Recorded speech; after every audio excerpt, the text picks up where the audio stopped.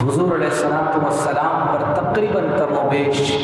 40 یہودی ہیں جو ایمان لائے، اور بعض ایسے ہیں جنہوں نے بظاہر اسلام قبول کیا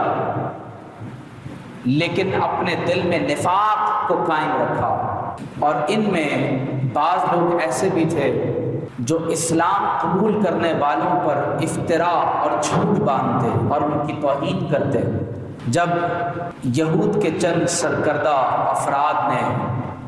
اسلام قبول کر لیا، جن میں خاص طور پر حضرت عبداللہ بن سلام، حضرت ثعلبہ، حضرت اسید، حضرت اسد، حضرت بخیریق رضی اللہ تعالی عنہم اجمعین، تو نعوذ باللہ کہنے لگے ما آمن بمحمد صلی اللہ علیہ وسلم ولا اتبعہ الا شرارنا۔ تو وہ کہنے لگے کہ نعوذ باللہ یہ لوگ جو حضور علیہ السلام پر یہودیوں میں سے ایمان لے آئے، یہ ہم میں سے بہت شریر قسم کے لوگ تھے۔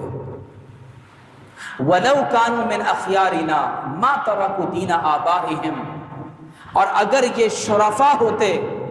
تو اپنے آبائی دین کو کبھی ترک نہ کرتے۔ آپ اندازہ کریں کہ حضرت عبداللہ بن سلام جو یہود کے اکابر علماء میں سے تھے اور حضور علیہ السلام پر ایمان لے آئے، تو ایمان لانے کے بعد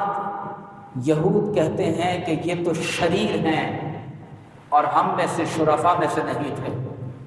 تو گویا کہ یہود کا ایک طرز یہ رہا کہ جو یہودیوں میں سے آپ علیہ السلام پر ایمان لے آتے، یا صحابہ میں سے جو آپ علیہ السلام پر ایمان لے آتے، یہ انہیں ڈسکریج کیا کرتے تھے، ان کے خلاف پروپیگنڈا کیا کرتے تھے۔ تو قرآن میں اللہ نے ان لوگوں کی شان میں آیات نازل فرما دی، لیسوا سوا، فرمایا یہ سارے یہود برابر نہیں ہیں، من اہل الکتاب امۃ قائمۃ یتلون آیات اللہ آناء اللیل